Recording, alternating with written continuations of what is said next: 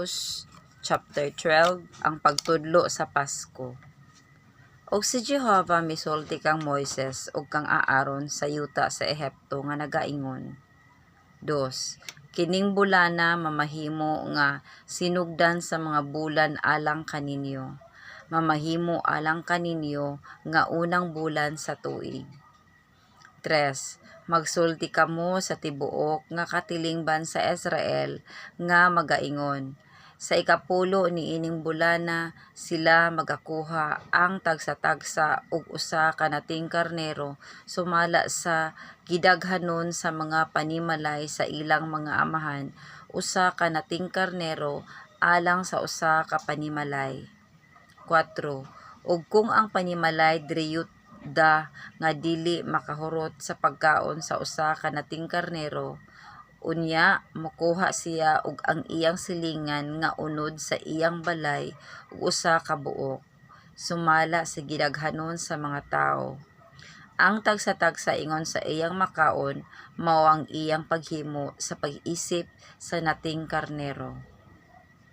5. Ang inyong nating karnero mao ang wala ikaw saway, laki, usa ka tuig nga panuigon. Pagakuhaon ninyo kini gikan sa mga karnero kun sa mga kanding.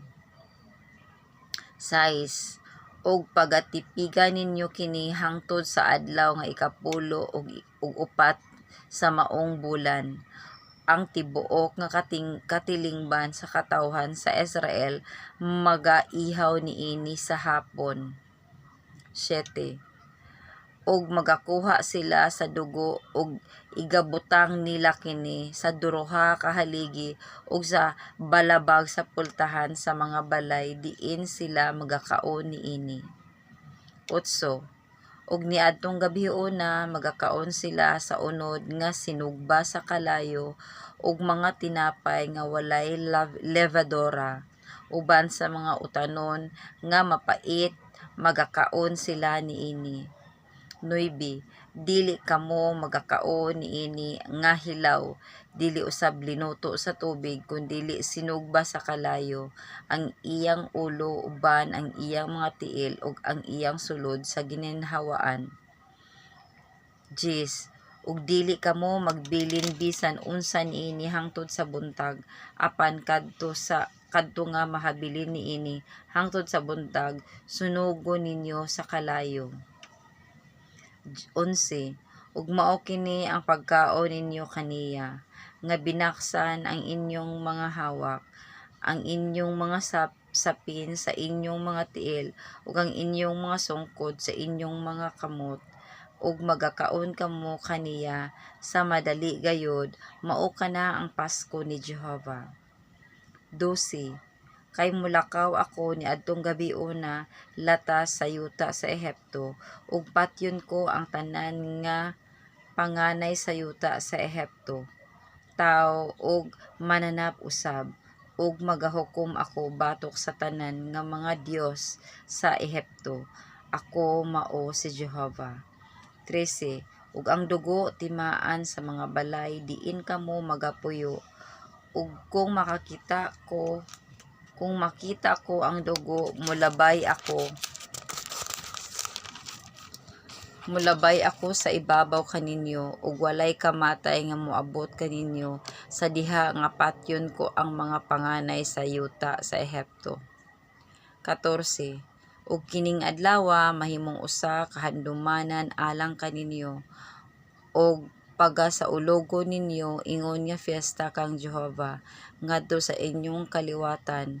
Pagasaulogon ninyo kini nga usa ka fiesta pinaagi sa usa ka tulumanon nga walay katapusan.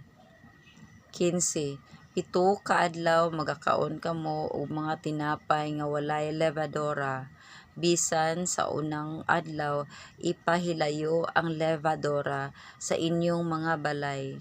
Kay bisan kinsa nga mokaon og sinaktan sa levadora sukad sa nahauna nga adlaw hangtod sa ikapito kadto nga kalaga pagaputlon gikan sa Israel. 16. Ug sa nahauna nga adlaw adunay balaan nga pagkatigom kaninyo, ug ingon usab sa ikapito ka adlaw adunay usa ka balaan nga pagkatigom. Walay bisan unsa nga buluhaton nga pagabuhaton diha kanila. Gawas kana.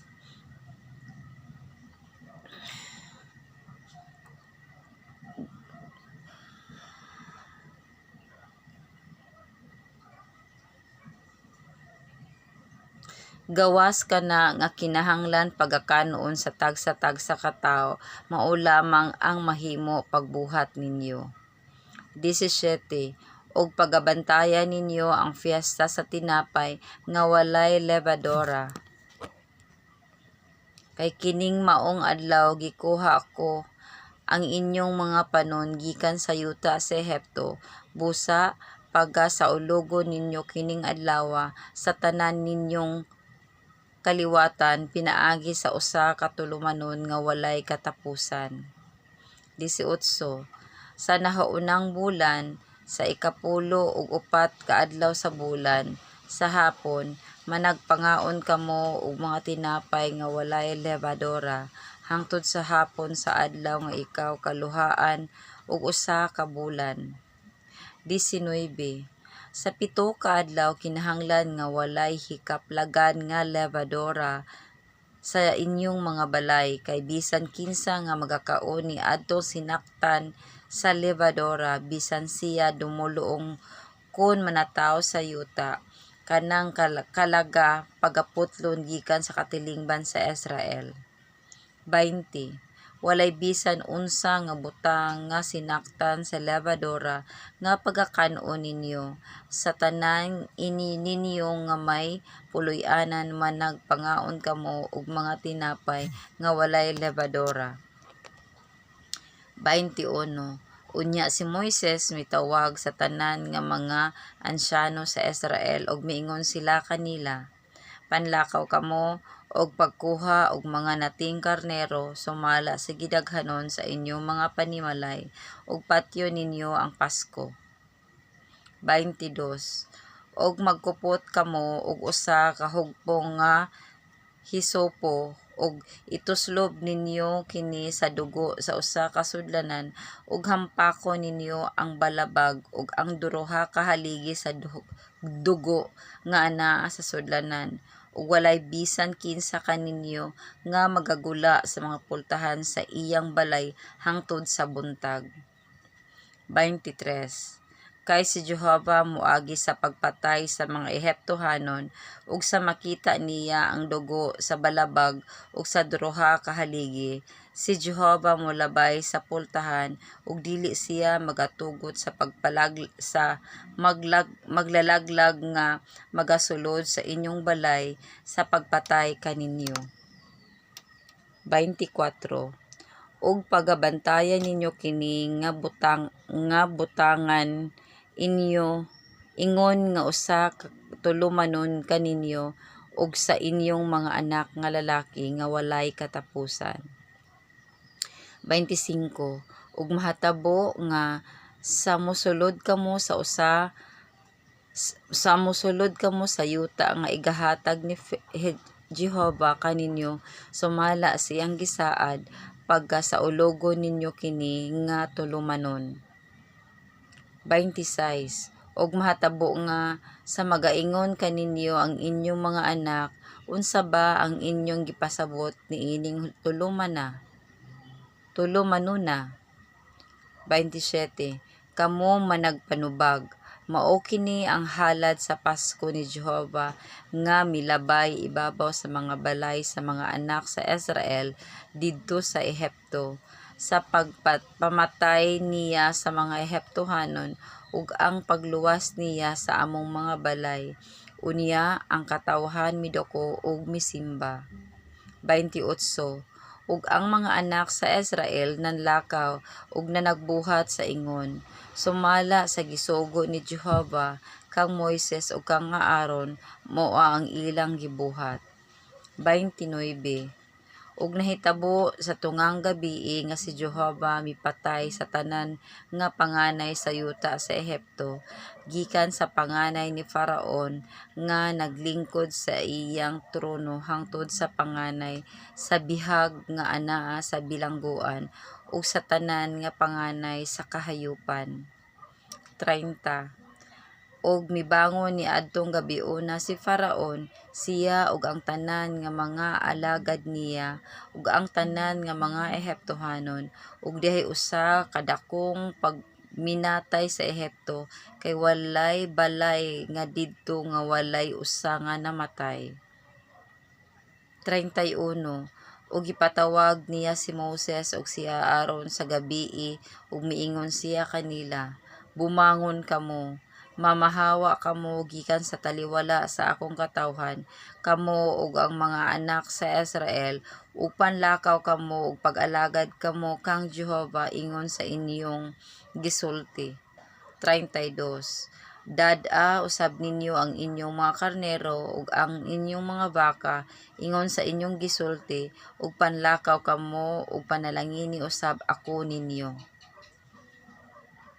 33. Ug ang mga Ehiptohano nagpilit sa katawhan aron sa madali manggula sila sa yuta kay sila na nag-ingon, kami mga matay nga tanan. 34.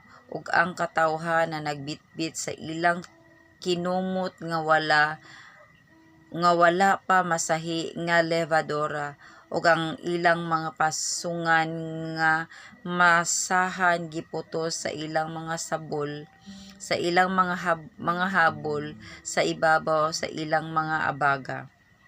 35. Ug ang mga anak sa Israel nagbuhat sumala sa pulong ni Moises nga nagapangayo sa Ehiptohanon ug mga alahas nga salapi ug mga alahas nga bulawan ug mga bisti. 36.